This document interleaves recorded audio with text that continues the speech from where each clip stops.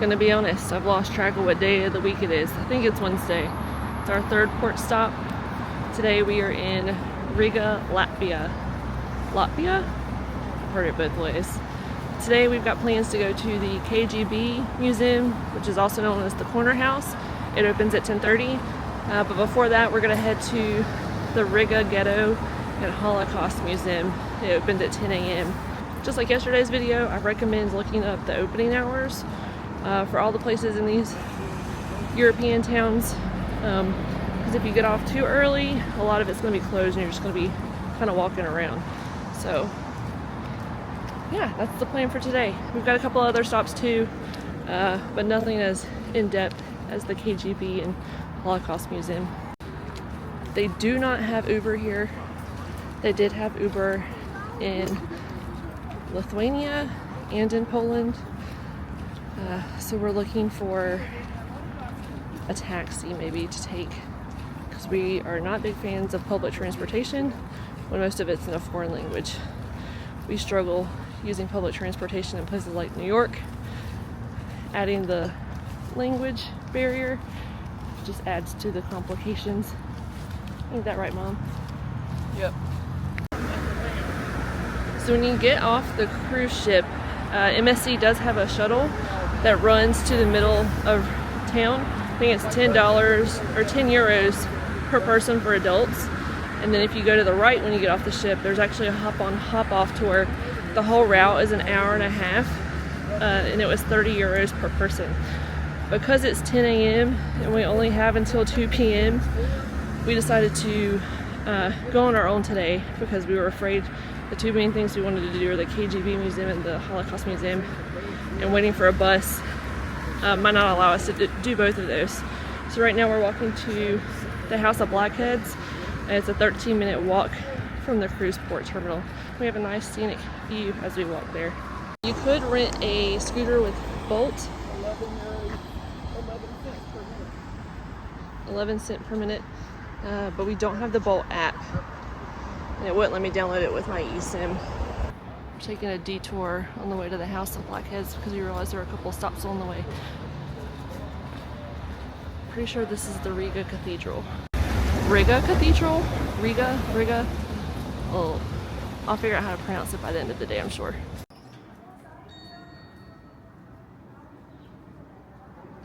This is the Riga Cathedral. There's some information on it. And the hours. Alright, they do charge to go into the cathedral, and because we're short on time, we decided not to go inside. Up next we're headed to, I think, St. Peter's Church. This is the side of the cathedral. Correction, we're going to the House of Blackheads next. It's a 4-minute walk from the cathedral, and then we're going to St. Peter's Church, which is right around the corner. Easy to walk to. Pretty sure that's the top of St. Peter's Church.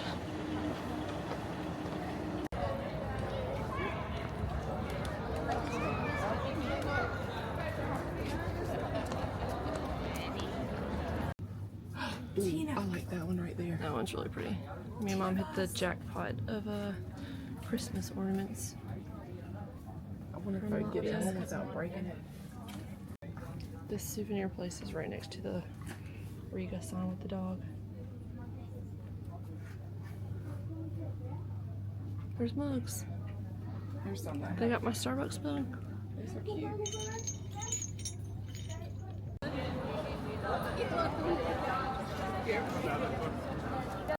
That yellow souvenir shop is the one we stopped in with all the ornaments. It's right here next to the House of Blackheads. Alright, now we're walking to St. Peter's Church, which is right around the corner. It's a 2-minute walk, so not far at all. And Google Maps works really well here, especially if you do the walk. Oh, I just got a peek of it. Let's see. We can get it. There it is. It's beautiful. Oh, and I see people. I don't know if I can zoom in. You can go up and tour it if you want. We probably won't just for the sake of time. It's a medieval church dating from the 15th century. The steeple is 123 meters high. Okay. If it's 123 meters, how many feet is that? Or yards? For our American followers. Looks Which like is everyone. about a football field. 100 yards. There we go, 403 feet and 6.52 inches. Alright, now we're headed to the Riga Ghetto and Holocaust Museum. It's about a 15-minute walk from St. Peter's Church. Called for 50% chance of rain today, but the sun's out. It's quite warm. We were able to wear shorts today for the first time since we got to Europe on Saturday. It's been nice and warm. Hopefully the rain will hold off. Probably will, because we brought our rain jackets with us again today. We came prepared. I'm sure there's a way you can get to these places using public transportation. Google Maps will tell you.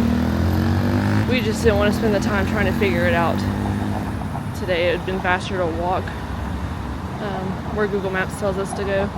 Plus we need steps to walk off all the food we've eaten this week. We've got about a 3-minute walk. It should be up here on the right, but this walk was not bad at all. It was completely flat the whole way.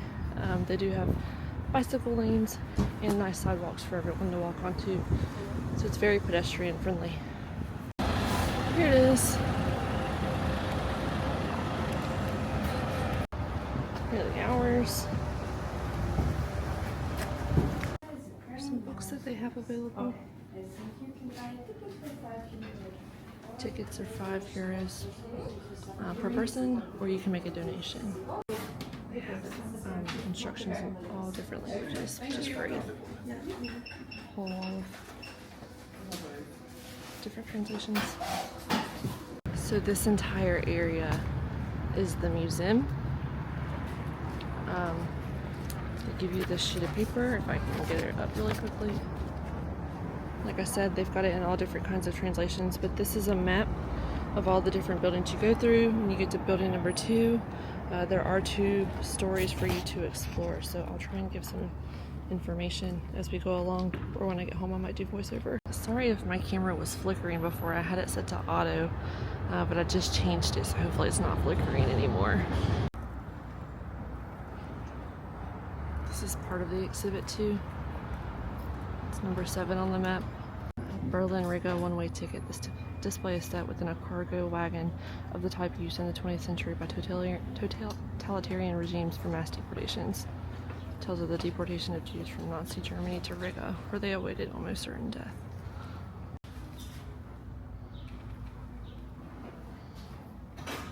Here's the English.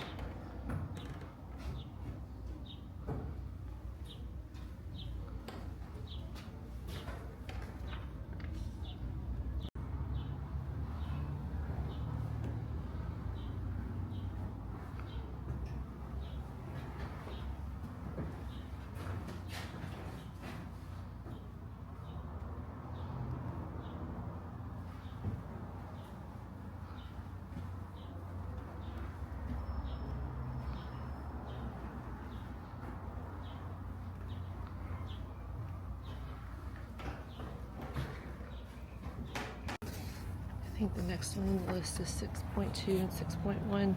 So it's the Riga Ghetto and Alexandra Beltsilva's drawings. So these are dedicated to the Jews from the ghetto in Czech Republic. Oh, I don't think it's focusing.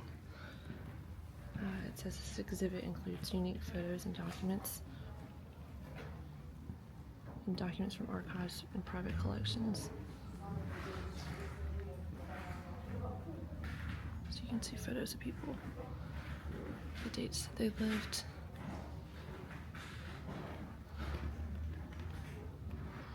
There's a lot. I wish we had more time.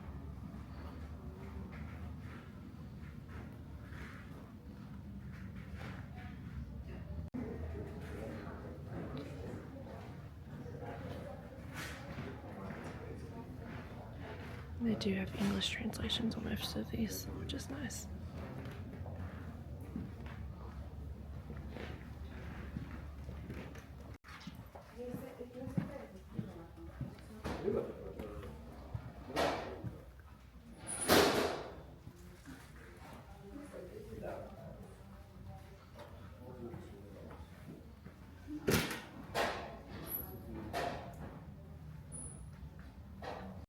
Now we're headed to the Riga Ghetto house number 2. It's 2 stories.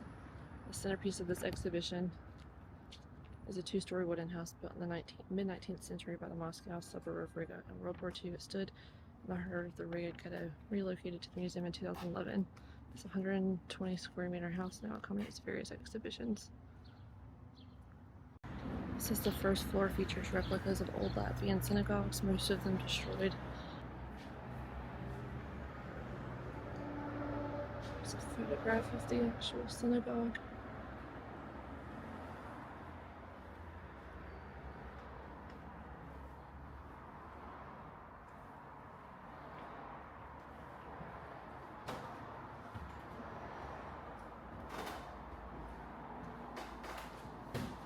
On the second floor, a ghetto flat is restored based on memories and testimonies of the ghetto survivors. It displays authentic pre-war furniture and everyday items.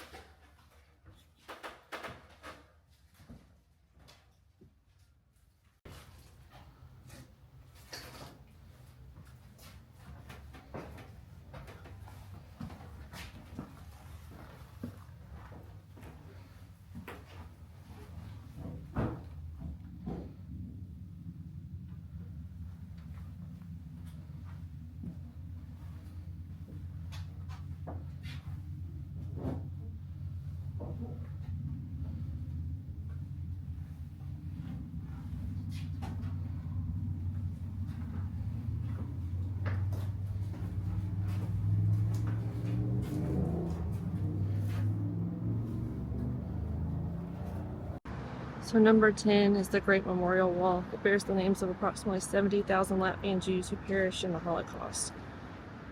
It stands on the recreated Riga Ghetto street, complete with gates and fences as they appeared during the Nazi occupation. The cobblestones were taken from Ludza Street, the ghetto's main alley, which divided the enclave into its Latvian and German sections.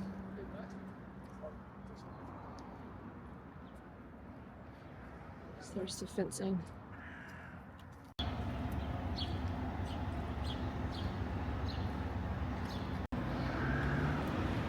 The whole wall includes the names.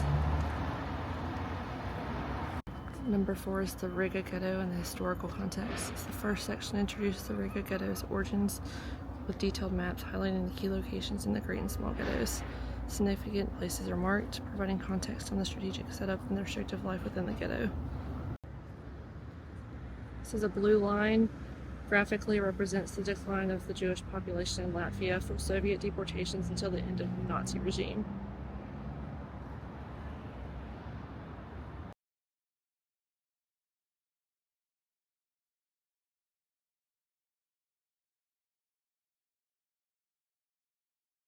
Fortunately, that's all the time we have for the Holocaust Museum. I'm downloading the Bolt app now since they don't have Uber to try and request a ride to the corner house, the KGB Museum, because it's a 30-minute walk. Our Bolt will be here to pick us up in about 4 minutes. It's about a 10-minute drive, 30-minute walk to the KGB, the corner house museum, and it only costs about €5. Not bad at all.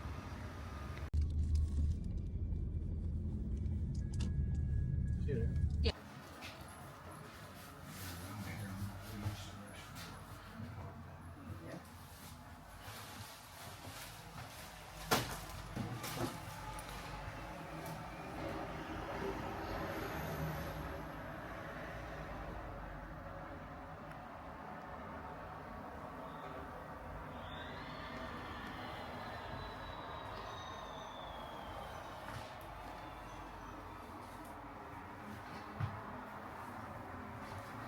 Drew a picture on his letter.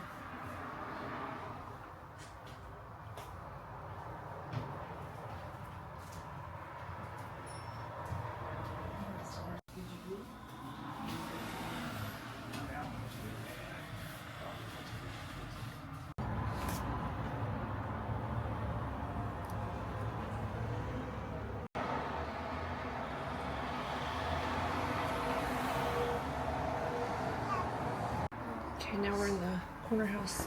It's the old KGB headquarters. They do have tours that you can purchase, guided tours, but it's at 1. Right now it's 12:15. So it goes about 10 minutes to get from the Holocaust Museum. But you follow the red line, you do the self-guided tour. They take donations.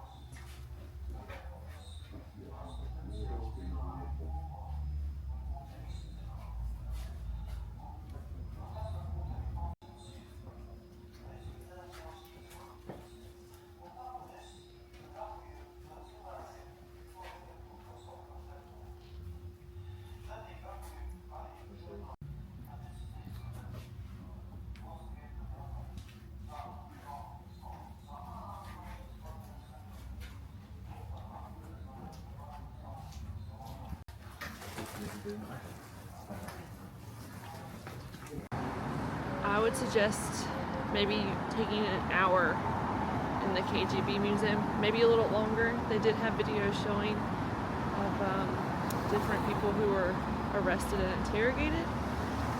We didn't get to watch all of them, but now we're headed to the Freedom Monument. We're gonna grab some lunch and then head back to the ship because it is almost 1 o'clock and we have to be on by 2:30.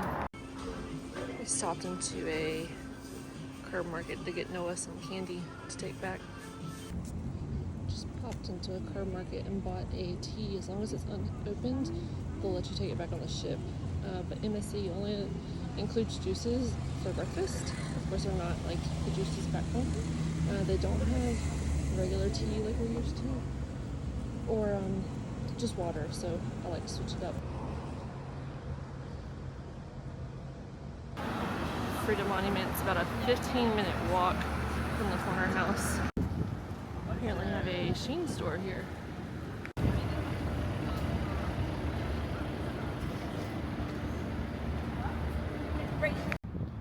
So the Freedom Monument, it's a 42-meter statue dedicated to the Latvians who lost their lives fighting for independence between 1918 and 1920. And they do a changing of the guard every hour on the hour, I think, so we just missed it. It's 1:09 right now.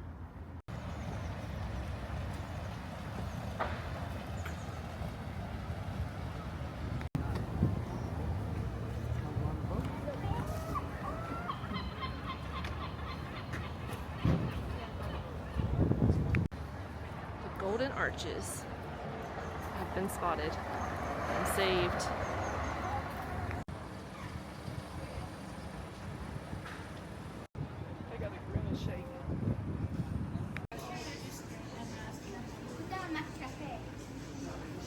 That Oreo muffin, yum. We got a side salad. They still have salads here. No coffee, please. Dad got a big tasty meal. I got the Tasty Junior McNuggets. They have a Grimace shake that Mom ordered, and then I ordered the mini McFlurry Nutella. And then I got the paprika fries. Making my paprika fries. Leave this bag.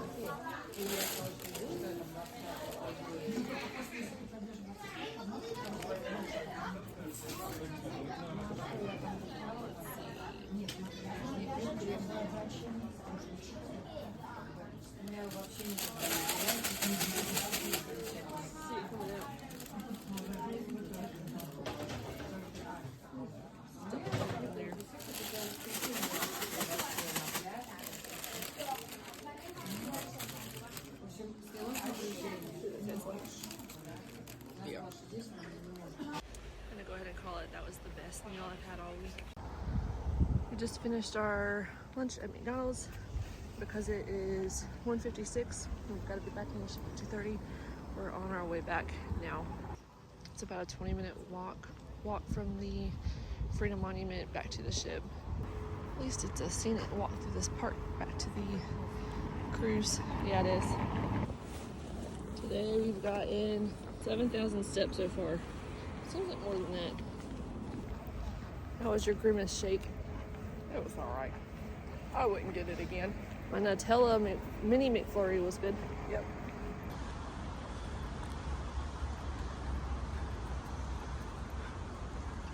Walking along the canal in Riga. It's a pretty long city. And 50 feet in front of me are the long-legged folks that leave me. They do have canal cruises you can do, but we ran out of time. I think we should be able to do one tomorrow in Stockholm. When you get off the ship, double check the address in Google Maps of where your cruise is docked at, because I checked the MSC app to find the address on the way back, and it was sending us to that one. That is not our ship, fortunately. Ours is right there, so it's right down the street. Oh, there's a bug in my eye. And praise the Lord, he's held off the rain today, even though it was a 50% chance all day. We did just feel a couple of raindrops though, but we're close. It's right there. Nothing like playing a real life game of Frogger crossing 6 lanes of traffic because there's not a crosswalk in the rain, so you don't miss the ship. We made it with 11 minutes to spare. Praise the Lord, our ship was just parked behind that other one. Otherwise, we would have been up a creek. MSC is passing out ponchos, so that's nice. Gonna save it for the rest of the trip because I'm sure it's gonna rain again. Sitting here after we had our tea time, planning out our day tomorrow in Stockholm, and backing up all of our videos we've taken so far. Salad bar.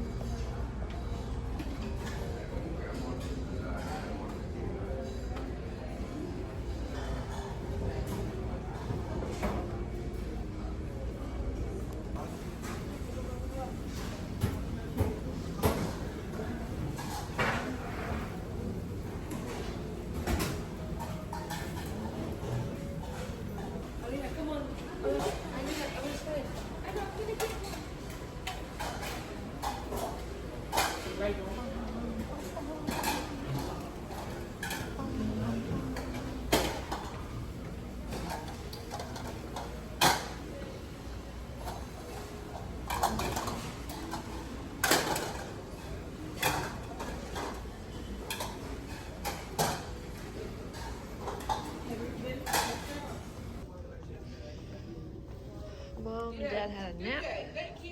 Then we had snacks. Now we're headed to dinner. Mom did get a video of the buffet options before all the vultures swarmed it. Probably. Americans are easy to spot. We're the ones with the ice on the table.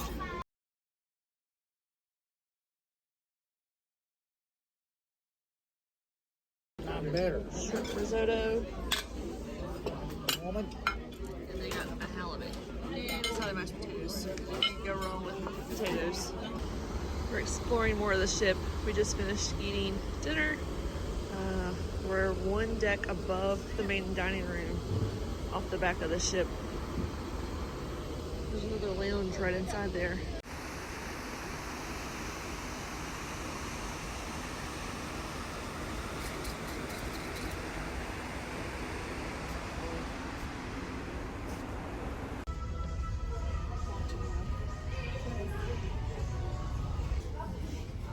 The kids club. So this is all on deck 14. Headed back outside. We just went past the kids and the teens club. The fog's lifting. It was really foggy earlier, sailing through the Baltic. Oh yeah, this is the opposite side of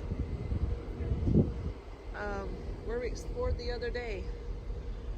The opposite side's the one with the, or no. Yeah, this is where we were when we got on the first day, because up there's the golf course and miniature golf and the sports court. So if you go up those steps to 15, you'll find the mini golf and then a tennis court. And they actually had a basketball goal too on deck 16. Deck 14 is also where the jogging track is, technically, I think. We keep walking on deck 14, it looks like there's a playground over here for kids. We got one that's covered.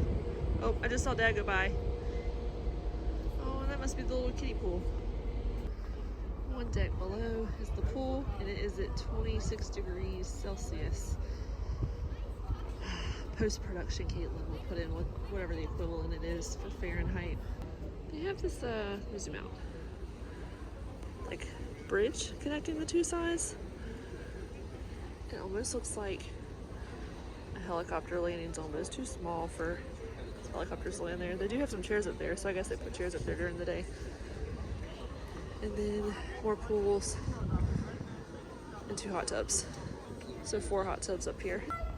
I have confirmed. This is deck 14 is where the jogging track is. 24 degrees Celsius. And that's how I know, because that's the third time that guy's passed us. What? 24 degrees Celsius is how much in Fahrenheit? I don't know. I already said post-production. Caitlin's going to do the calculation or Google it. It's a rare sight, an empty hot tub. And people are actually in the pool, which is crazy to me, because I'm in pants, got on a lightweight jacket, too cool for the pool for me. So at the front of the ship, deck 16 is where you'll find the solarium. I think that's mainly for yacht club, so it's not like Royal Caribbean. It's not the adult area.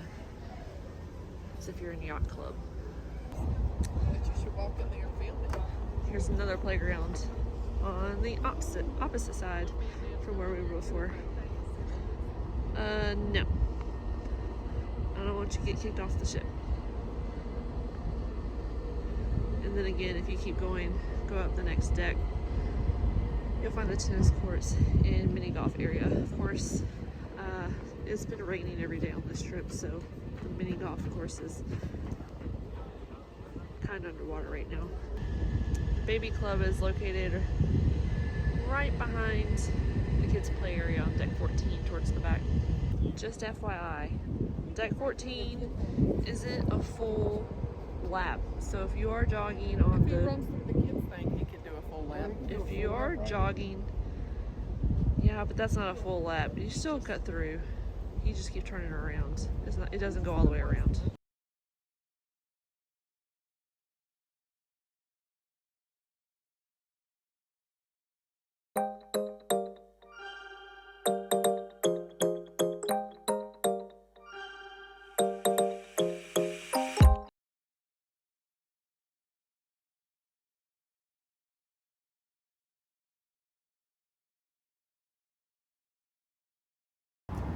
We're gonna start with number 8. It highlights the often overlooked impact of the Holocaust in North Africa, underscoring its global reach. It educates visitors on how the atrocities extended beyond Europe, affecting Jewish and other oppressed communities wherever the Nazi regime or their allies advanced.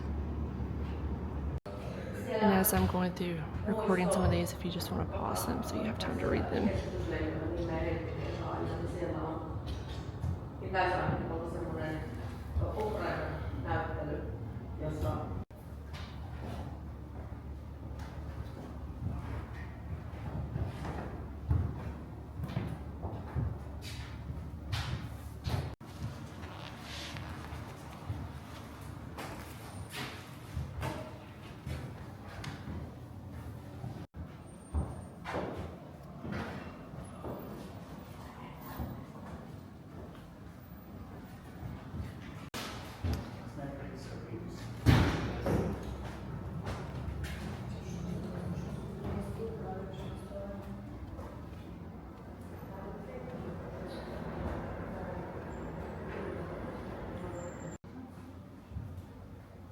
Morocco.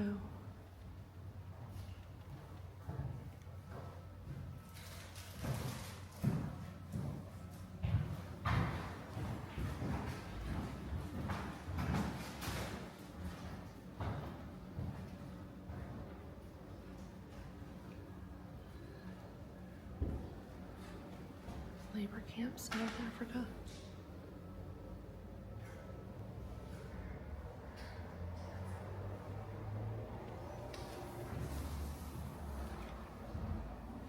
Tunisia.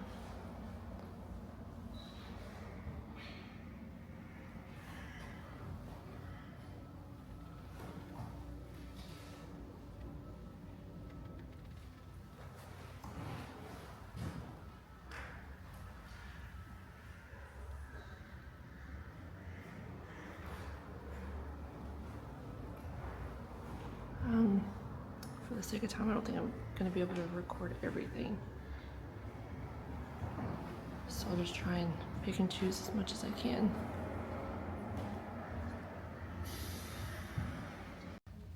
Mom's also taking pictures of all these signs in English, so I'll try and post those somehow.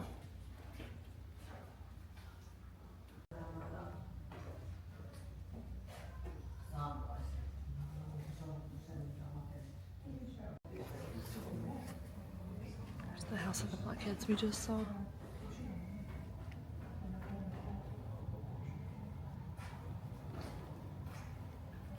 We're going in 6.3 close quarters. The paper says provided by the Moscow Jewish Museum. This exhibition delves to the European migration crisis on the eve of World War II. Viator documents, photographs, and videos staged from installations, including Yad Vashem Museum in Israel, the Holocaust Memorial Museum in Washington, FDR Presidential Library Museum, Weiner Library in London, Russian State Archive of Social and Political History, and Archive of Foreign Policy of the Russian Federation.